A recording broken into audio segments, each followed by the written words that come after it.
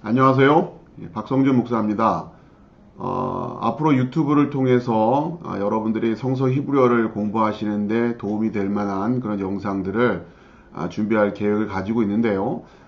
그 영상에 앞서서 먼저 우리가 성서 히브리어를 어떻게 공부해야 할까라고 하는 그 방법론에 대해서 함께 좀 고민을 해보는 시간을 좀 갖고자 합니다. 우선 이 영상의 주제는 성서 히브리어의 학습법이 이제는 달라져야 됩니다. 라고 하는 그러한 주제입니다. 그러니까 우리가 이제 기존에 성서 히브리어를 공부해 보신 분들은 아시겠지만, 그 공부할 양이 굉장히 많죠. 저도 신대원 시절에 성서 히브리어를 이제 수강을 했지만, 사실은 학점 따기에 급할 정도로 성서 히브리어를 공부하는 게 굉장히 어렵더라고요. 외워야 될 내용도 많고. 자, 그렇게 그냥 어떻게 이제 학점은 따서 졸업은 하고, 또 목회 현장에서 또 목회를 하는데 늘 항상 이 성서 히브리어를 성경을 연구하고 말씀을 준비하는데 이제 잘 활용하지 못하고 있는 그런 것이 조금 늘 항상 마음 한켠으로는 이제 부채감이 있었어요. 목사 입장에서 성경을 원어로 이해하지 못한다고 하는 것은 늘 항상 아쉬운 부분이 있었죠. 물론 그 책들을 찾아보면 주석서라든가 이런 부분들을 보면 좀 그나마 좀 해결이 되는 부분이 있지만 그래도 제가 직접 또 제가 궁금한 부분들을 이제 찾아가면서 연구하는 데는 좀 한계가 있다 보니까 아무튼 이 성서 히브리어, 성서 원어라고 하는 것이 늘 항상 마음의 이제 숙제였습니다. 이제 그러던 중에 제 나름대로 성서 히브리어를 어떻게 하면 우리가 공부를 할 수 있을까? 또 어떤 방법으로 하면 공부를 할 수 있을까? 여러 가지로 이제 고민을 하던 중에 제가 또 이스라엘에 가서 또 일정 시간 또 공부를 하기도 했는데요. 우선은 오늘 영상에서 다 말씀드릴 수는 없지만 그동안에 우리가 공부해 왔던 성서 히브리어 학습법이 효율적이지가 않았다라고 하는 생각이고요. 어떻게 하면 보다 더 효과적인 방법으로 성서 히브리어를 공부할 수 있을까라고 하는 것을 계속 나름대로 고민하고 또 제 나름대로 적용해 오다가 이제 여러분들하고 좀 그 방법론적인 측면에서 좀 공유를 하면 좋겠다라는 생각이 들어서 이번 영상을 좀 준비하게 됐습니다. 아무튼 이 영상은 어쩔 수 없이 성서 히브리어를 어느 정도 공부해 본 경험이 있는 분들한테 1차적으로는 좀 유용한 영상이 될 거라고 생각이 돼요. 성서 히브리어에 대해서 전혀 배경 지식이 없는 분들은 아무래도 내용을 이해하시기에는 좀 어려운 부분이 있으시겠지만 성서 히브리어를 전혀 경험해보지 않으신 분들이라 할지라도 그냥 이러한 주제들로 고민을 하고 있구나 라고 하는 정도로 그냥 이해해 두시고 무엇보다도 그동안에 성서 히브리어를 나름 공부를 하셨지만 또 여러 가지 이유 때문에 멈추고 계신 분들 이런 분들이 이 영상을 통해서 뭔가 좀 새로운 방법으로 우리가 성서 히브리어를 공부해 나간다면 뭔가 좀 효과를 볼 수 있지 않을까라고 하는 그런 좀 생각을 가지실 수 있으면 좋겠다라는 생각에서 앞으로 이 강의가 어떠한 방법론을 가지고 진행하게 될 것인지 미리 좀 소개도 드리는 그런 여러 가지 취지를 가지고 먼저 공부 방법론에 대한 고민을 한번 나누면 좋겠다라고 해서 먼저 영상을 좀 준비했습니다. 자, 아무튼 성서 히브리어를 그동안 우리가 공부해왔던 방법들이 어떤 부분에 문제가 있었는가 이제 앞으로 이제 구체적으로 영상이 만들어지면서 보다 자세한 내용들을 나누긴 하겠지만 우선 간략하게나마 이번 영상을 통해서 중요한 부분들을 한번 짚어보려고 합니다. 여러분 한번 같이 이야기를 좀 나눠보시고 공감이 되실 수 있는 그런 시간들이 됐으면 좋겠습니다. 자, 지금까지의 학습법의 문제는 첫 번째, 불필요한 학습량이 너무 많다는 겁니다. 그러니까 당연한 얘기지만 성서 히브리어가 어려웠던 이유는 뭐냐면 학습량이 너무 많기 때문에, 그러니까 외워야 될 것이 굉장히 많아요. 공부해 보신 분은 알겠지만, 자, 그러다 보니까 결국 그 엄청난 그 학습량을 다 소화하지 못하게 되니까 결국은 포기하게 된다는 거죠. 자, 그런데 이제 그 공부해야 될 내용들이 어쩔 수 없이 다 해야 되는 것들이라면, 꼭 필요한 것들이라면 방법 없죠. 해야죠. 공부를 해야죠. 그런데 이제 제 경험으로 봤을 때 이 불필요한 내용들이 너무 많다는 거예요.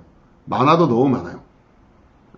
그러니까 그 불필요한 내용들까지 다 공부를 해야 되는 줄 알고 공부를 하다 보니 실제로 성서 히브리어를 활용해서 성경을 읽고 뭐 해석하고 또 연구하는 그 문턱에는 가보지도 못하고 중도에 포기하게 된다고 하는 겁니다. 자, 이 불필요한 학습량이 너무 많다라고 하는 것은 예를 들면 이런 거예요. 우리가 이제 성서 히브리어의 기본적인 문법 중에 접속사 ver브라고 하는 게 있어요. 이게 영어로 말하면 and에 해당되는 그리고 이런 의미를 갖는 이제 접속사 역할을 하는 겁니다. 이 접속사가 이제 단어에 붙어서 사용이 되거든요.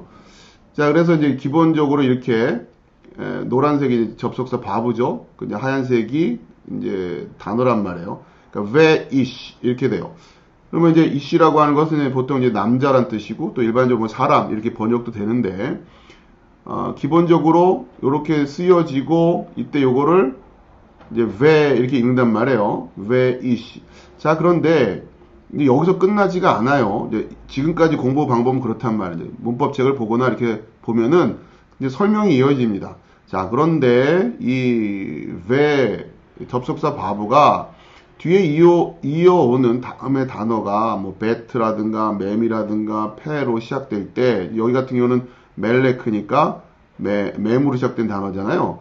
자, 그러면 이씨 요때는 왜 이렇게 읽었던 거를 요 단어 요 알파벳으로 시작되니까 이번에는 우 이렇게 발음이 바뀝니다. 이렇게 또 가르쳐 준단 말이에요. 그러니까 우리가 이제 열심히 외우죠. 그러면 원래는 왜로 읽는데 뒤에 이런 것들이로 시작되는 단어가 되면 우로 읽어야 된다. 자, 이걸로 끝나는 게 아니에요. 그 다음에 vocal 쉐바가 올 때, 자, 이게 뭐 무슨 소리인지는 모르는 분도 있겠고 한 번쯤 들어보신 분이 있을 텐데 아무튼 vocal 쉐바 이런 게 온다면 또 이 일반적인 원칙과 다르게 예를 들면은 bet, mem, 패 일 때만 우였는데 요거는 싸맥인데도 우로 발음해요. 이유가 뭐예요? 요게 이제 보컬 쉐바 요게 오니까 또 우로 발음한다. 그런가 보다. 또 외워야 되고. 다음에 요드가 올 때. 그러면 이번에는 V로 발음한다고. 다음에 하테프 바울이 올 때는 뭐 이렇게 바로 바뀌고 그런데 다음에 또 토닉 실럽을 강세 음절이 올 때는 자, 요렇게 생긴 아가 아니라 요렇게 생긴 아로 옮다. 이제 이렇게 가르쳐 준단 말이에요. 문법책에도 이렇게 쓰여 있고. 그럼 우리는 이게 다 필요한 줄 알고 공부를 할 거 아니에요. 가르쳐 주니까. 또 책에 써 있으니까. 자, 그런데 이게 다 필요 없는 내용이었다고 하는 거죠. 그러니까 우리는 뭐만 알고 있으면 되자면 접속사 ver브가 붙어 있으면 이게 뭐라고 발음할지는 상황에 따라 발음이 바뀝니다. 정도만 알면 되는 거예요. 그리고 우리가 알고 있어야 될 것은 이것은 그리고에 해당되는 기본적으로 그리고에 해당되는 뜻을 갖는 접속사입니다. 근데 우리가 기억하고 있어야 될 내용은 이거였다고 하는 거죠. 이게 실제로 어떻게 발음되는지는 공부할 이유가 하등의 이유가 없었던 거예요. 그러니까 왜냐하면 우리가 실제로 보는 성서 텍스트에 자 이렇게 다 표기가 돼 있단 말이에요. 지금 여기 보시면 왜 여기는 와 자 여기 보면 우 이렇게 그렇죠? 그러니까 우리는 이거 보면서 그러니까 이제 예를 들면 이게 지금 왜로 읽고 여기는 와로 읽고 여기는 우로 읽었는데 이 다 다른 단어가 아니라는 거죠. 접속사 ver브예요. 근데 왜 이렇게 다 바뀌었어요? 그런데 뒤에 오는 알파벳에 따라서 발음의 편의상 그렇게 바뀌고 있는 거다 정도만 알면 되고 실제로 어떻게 발음하는지는 몰라도 이렇게 텍스트에 쓰여 있잖아요. 이렇게 그렇죠? 그럼 우리 이거 보고 읽으면 돼요. 그리고 나서 중요한 것은 요 접속사가 들어갔기 때문에 일단 and 그리고라고 하는 의미를 가지고 해석을 해야겠구나. 자 이렇게 이제 하면 된단 말이에요. 그것만 알면 되는 거예요. 그럼 굳이 우리가 아까 봤던 것처럼 이런 내용들을 다 기억하고 있을 필요가 있습니까? 없다라고 하는 거죠. 이건 말 그대로 의문학자들이 연구를 하다 보니 이렇게 본인들이 이렇게 연구해서 이렇게 일관성 있게 이렇게 체계를 만든 거지 우리 나름대로는 이건 몰라도 되는 거랍니다. 자, 근데 이제 공부를 이제 이렇게 해야 되는 줄 아니까 이 공부도 하고 아주 극단적인 얘기지만 시험에 만약에 이렇게 낸다고 해보세요. 교수님들이 자 여기에 모음부호를 다 없애놓고서 자 여러분이 ver브를 공부를 했다면 여기에 모음 부호가 뭐가 들어가야 되는지 한번 올바로 찍어 보십시오. 만약에 문제를 이렇게 낸다면 이건 진짜 경악할 노릇이지만 공부를 해야 되겠죠? 이게 이거를 우로 읽어야 되나, 바로 읽어야 되나, 왜로 읽어야 되나, 그러니까 그런 식으로 공부를 해야 되는 줄 알고 공부를 해왔다는 거예요. 그런데 이게 다 필요 없는 공부였다고 하는 거죠. 그러니까 이제 우리가 새로운 학습법이 필요한 이유는 기존에 우리가 뭐 인터넷이라든가 이런 데서 이제 히브리어를 가르쳐 주시는 어떤 자료들을 보게 되면 이런 거 하나하나를 다 가르쳐 주신단 말이에요. 그러다 보면 이게 또 다 필요한 줄 알고 공부해야 되잖아요. 초보자들 입장에서는. 그러다 보니까 이제 뭡니까? 결국은 공부를 포기하게 된단 말이에요. 그러니까 제가 여러분에게 제안드리고 싶은 거는 새로운 학습법이라고 해서 다른 게 아니라 1차적으로 우리가 정말 공부해야 될 것들만 공부하자는 거예요. 그런 부분에 있어서 지금까지 학습법의 문제는 불필요한 학습량이 너무 많았다. 그러니까 제가 여러분과 함께 이제 앞으로 같이 공부해 나가려고 하는 방향은 이러한 학습량을 대폭 줄여나가는 그러한 방향으로 공부를 하고자 하는 겁니다. 자, 우리가 얘기를 한 김에 좀 더 해보면 정관사의 용법 같은 경우도 일반적인 학습법에서는 이렇게 가르쳐 준단 말이에요.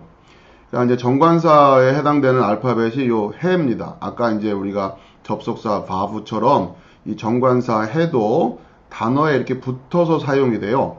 특이하죠. 영어로 말하면 더, 북 하면은 더하고 북하고 떨어뜨려서 사용하니까 우리가 이제 쉽게 구별이 되는데 접속사 바브도 그렇고 정관사도 그렇게 단어에 붙어서 쓰이기 때문에 자 이것이 원래부터 한 단어였는지 아니면 접속사가 아니죠 정관사가 붙어 있는 단어인지 초보자 입장에서는 이제 구별하기가 이제 쉽진 않겠죠.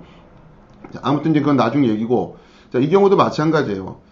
자 이럴 때 요 정관사 요 해를 어떻게 발음하느냐라고 하는 것이 일반적인 문법 책에서는 이렇게 설명이 돼 있단 말이에요. 자, 아무튼 이럴 때는 뭐, 요런 모음이 되고, 정관사 다음에 요렇게 올 때는 요런 모음이 되고, 정관사 다음에 또 이럴 때는 뭐 아무튼 이런 케이스들을 다 여러분이 기억을 하셔야 되는 것처럼 가르쳐 주고, 또 책에도 써 있고 하니까 여러분 초반에야 뭐 외워보려고 한번 이제 시작해서 하는데, 실제로 이런 내용들이 다 필요 없다고 하는 거죠. 아까 우리가 접속사에서도 봤지만, 정관사도 마찬가지입니다.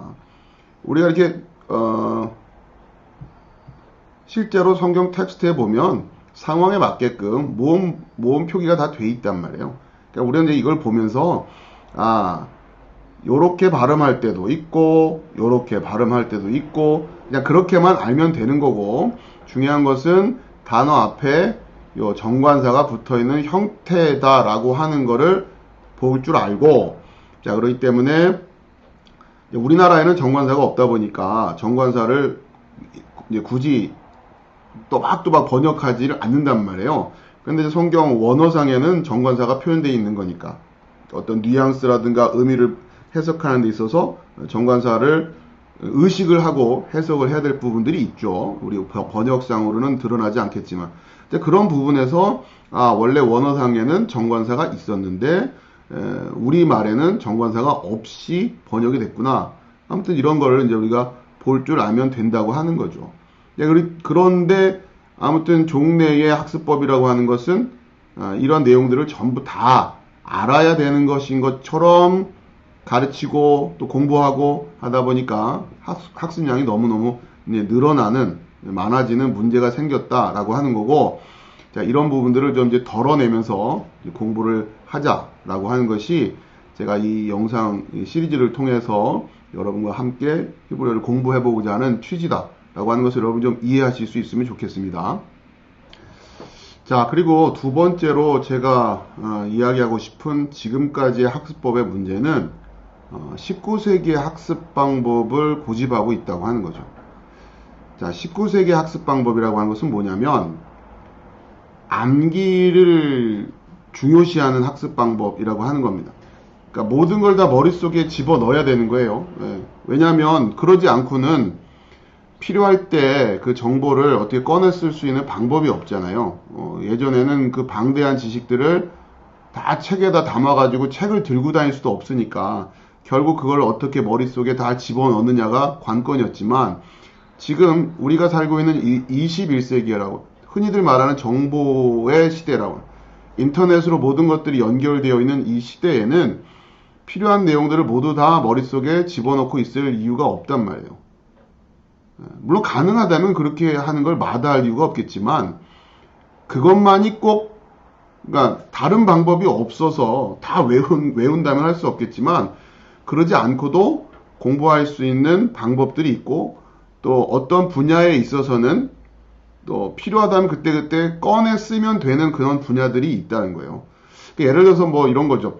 의사가 수술을 해야 되는데 수술 방법을 몰라서 그때그때 인터넷에 점검을 해가지고 인터넷에서 이렇게 정보를 찾아가지고 수술한다 이러면 안 되겠죠. 그러니까 의사들은 어쩔 수 없이 머릿속에 다 익히고 있어야 될 거예요. 자, 그런데 요리를 한다.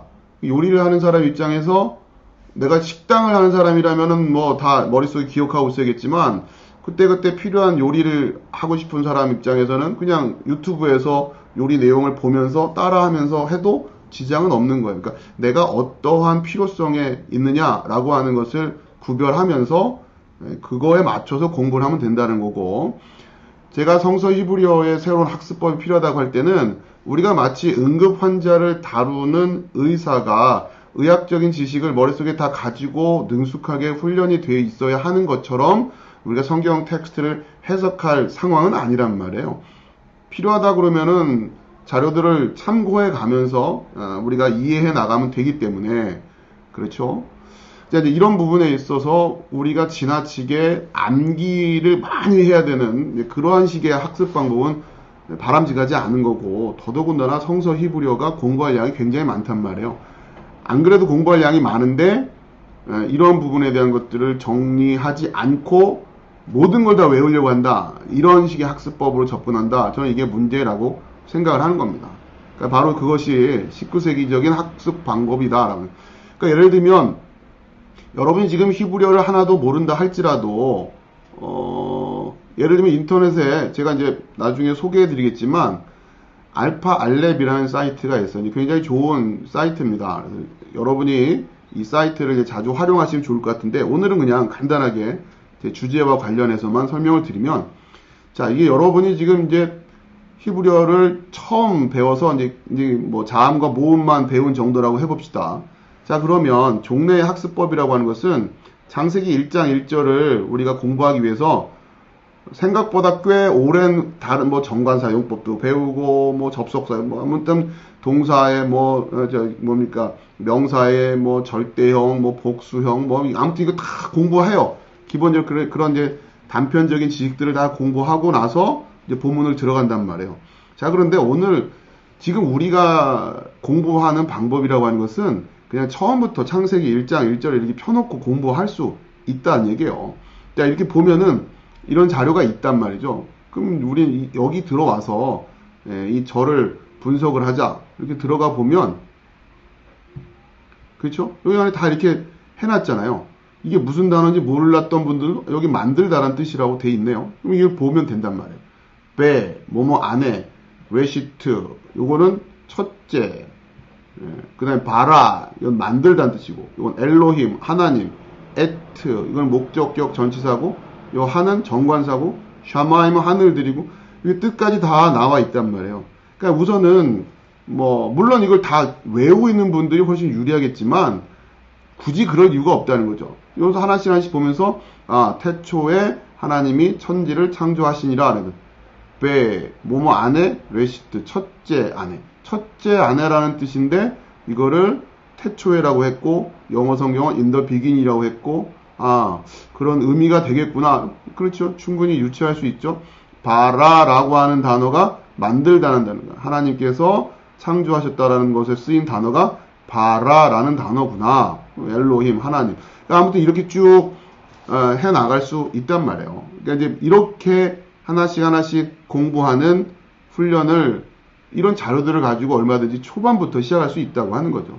사실은 그러니까 우리가 성서 히브리어를 공부하는 데 있어서 그러니까 이러한 환경이 주는 유익은 유익대로 누리면서 대신에 우리는 또 어떠한 부분에 시간을 쏟아야 되냐면 단어 뜻을 외우는데 애쓸 게 아니라 여기 지금 기본적인 것들은 다 가르쳐 주고 있으니까요. 지금 보면은 예를 들어서 봐라 요 단어에 대해 클릭을 해서 보면요 이게 쭉 단어 분석을 해준단 말이에요. 완료형이고 뭐 3인칭 남성 단수고 이런 거 다 해놨어요. 그 다음에 더 자세한 의미를 알고 싶으면 네이버 사전 들어가는 링크도 있거든요. 여기 클릭을 해보면 네이버에 있는 이 바라라고 하는 고대 히브리어 사전이 쭉 있어요. 창조하다, 뭐 색이다, 조각하다, 생산하다, 그리고 나머지 용례들 같은 데도 쭉 나와요. 이게 얼마나 이 자료들이 좋은 자료들이 많습니까? 이런 게 다 무료로 오픈이 돼 있단 말이에요. 자, 오히려 뭐 나중에 우리가 이제 공부하겠지만 지금 오히려 제가 그러니까 우리가 이제 이러한 환경의 유익을 누리면서 우리가 공부를 말 그대로 이제 공부를 해야 될 분야는 이 뜻 하나하나 외우는 데 시간을 쏟는 게 아니라 이런 걸 우리가 다 안다고 생각하고 다만 이런 거죠. 예를 들어서 창세기 1장 1절에 태초에 하나님이 천지를 창조하시니라 이렇게 돼 있고 2절에는 운행하시니라 이렇게 돼 있잖아요. 그러니까 우리나라 말로는 창조하시니라와 운행하시니라가 문법적으로 사실 구별이 잘 안 되죠. 자, 그런데 성서 원어를 보면 이 창조하시니라에 해당되는 이 바라라는 단어를 분석을 들어가 보면 동사면서 시제가 완료형으로 돼 있단 말이에요. 요 부분 동사형이 칼형이다. 요거. 자, 근데 우리말로는 비슷하게 창조하시니라, 운행하시니라 이렇게 돼 있는데 이 운행하시니라에 해당되는 단어가 요 메라 헤펫이에요. 요게 번역이 이렇게 운행하시니라고 번역됐는데 메라 헤펫으로 가보면 품사는 동사고 시제가 능동 분사로 돼 있단 말이에요. 자, 창조하시니라는 시제가 완료형인데 운행하시니라는 뭐예요? 능동 분사라고 돼 있답니다. 그러니까 여러분 영어 공부해 보신 분 아시겠지만 단순히 과거형이라고 하는 것과 분사형이라고 하는 것은 문법적인 기능이 다를 수밖에 없잖아요. 근데 우리말로는 창조하시니라와 운행하시니라가 구별이 안 된단 말이에요. 성경을 해석하는 데 있어서는 사실 근데 이런 부분에 있어서 이런 걸 놓치면 안 되겠죠. 그러니까 우리는 이러한 성경 해석을 할 수 있는 훈련이 필요하단 말이에요. 자, 그런데 공부해 보신 분은 알지만 이 메라 헤페트, PL 동사형의 능동 분사 뭐 이거 공부하는 데까지 가려면 한참 산 넘고 물 건너 바다 건너서 가야 됩니다. 히브리어 공부하는 건. 가다가 다 지쳐버리죠. 자, 그러나 우리는 상당히 초반부터 이러한 주제를 놓고 공부하는 그런 학습법이 필요하다고 하는 거예요. 여기 나와 있는 단어 뜻, 기본적인 단어 뜻은 다 안다고 전제하자는 거죠. 왜? 다 있잖아요. 여기 이렇게 보면은. 클릭해서 보면 다 나온단 말이에요. 자, 그러면서 일단은 물론 뭐 이 단어를 외워 나가는 거죠. 하나하나. 근데 미리 다 외우고 공부해야 되는 게 아니라 이미 안다고 생각하고 단어 뜻 정도는 안다고 생각하고 공부해 나가면서 차근차근 이제 쌓아 나가면 된다고 합니다. 아무튼 제가 여러분들에게 좀 제안을 드리고 싶은 새로운 학습법이라고 하는 것은 이러한 취지다라고 생각하시면서 이제 세부적인 내용들은 이제 영상이 진행되면서 이제 하나씩 구체적으로 좀 말씀을 드리도록 하겠고요. 아무튼 오늘 이제 초반에 이제 개론적인 이야기를 하다 보니까 여러분에게 좀 간략하게나마 이 학습법이 어떠한 취지와 어떠한 방향으로 갈 것이다 라고 하는 부분에 대해서만 좀 이제 강조해서 설명을 드렸다라고 생각하시면 좋을 것 같습니다. 자, 이제 좀 영상을 마무리를 해야 될 것 같습니다. 성서 히브리어 학습법 이제는 달라져야 됩니다 라는 주제로 우선은 이제 짧게나마 여러분들에게 제가 어떤 생각을 가지고 앞으로 영상을 통해서 여러분과 함께 성서 히브리어를 공부할지에 대해서 간략하게나마 좀 소개를 드렸는데요. 영상 하나에 제 생각을 다 담기에는 좀 한계가 있었던 것 같습니다. 이제 구체적인 내용들은 앞으로 진행되는 영상들을 통해서 이제 하나하나씩 또 제 생각을 좀 나누고 또 여러분들께서도 이렇게 들어보시고 수긍이 되시면 또 저와 함께 같이 성서 히브리어를 공부해 나가셨으면 좋겠는데요. 아무튼 제 바람은 이제 보다 더 많은 분들이 이 성경을 원래 텍스트로 우리가 읽고 또 이해하려고 노력하고 이제 그러는 가운데 하나님의 말씀을 좀 더 풍성하고 또 진지한 이제 그런 태도로 공부할 수 있는 이제 그런 소양들이 갖춰지고 그런 문화들이 만들어지고 또 그래서 더 풍성한 말씀을 연구한 그 결과물들을 같이 이제 공유할 수 있는 이제 그러한 환경이랄까요? 이제 그러한 일들이 이루어지면 좋겠다라는 취지에서 영상을 좀 제작을 하려고 하니까 아무튼 많이 응원해 주시고 또 여러분 댓글을 통해서도 여러분의 아이디어라든가 의견이라든가 좋은 정보라든가 이런 부분들을 활발하게 표현해 주셔서 이 영상을 통해서 이러한 그 말씀에 대한 연구의 분위기랄까 이런 것들이 좀 더 활발해지면 좋겠다 그런 취지였습니다. 자, 아무튼 계속해서 영상을 통해서 여러분들과 만나 뵙기를 바라고요. 여러분들 열심히 말씀을 연구하시는 일에 승리하시기를 바랍니다. 감사합니다.